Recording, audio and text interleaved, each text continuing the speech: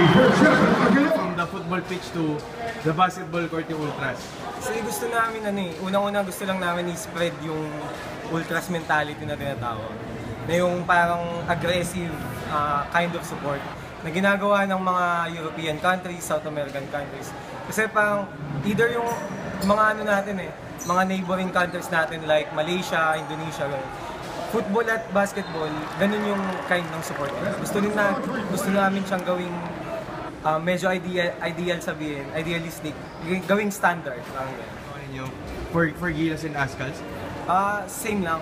Kasi unang-una, naglalaro naman sila under isang national team, under Philippines lang naman. So, minsan kung Ascals, iniiba lang namin to Gilas, ganun. Pero, yung sa college kasi, feel ko pares lang din naman kaming supporters, iba lang siguro ng approach. Parang yung sa college kasi more on pep style.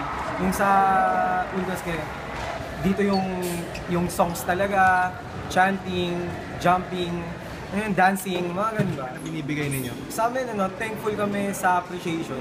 Goal namin na magbigay sa kanila ng confidence na ituloy lang nila yung paglaban hanggang makarating tayo dun sa gusto nating ma-achieve. Saka, thank you din sa appreciation ng ibang fans ng basketball community, lalong-lalo na yung mga coaches at players. Kasi, nagbibigay din ng boost sa amin yun to continue supporting the team. Parang Pilipinas, pero last na silanganan, kami ang laing palaban, kahit sino pa ang kalaban, hindi namin aatrasan.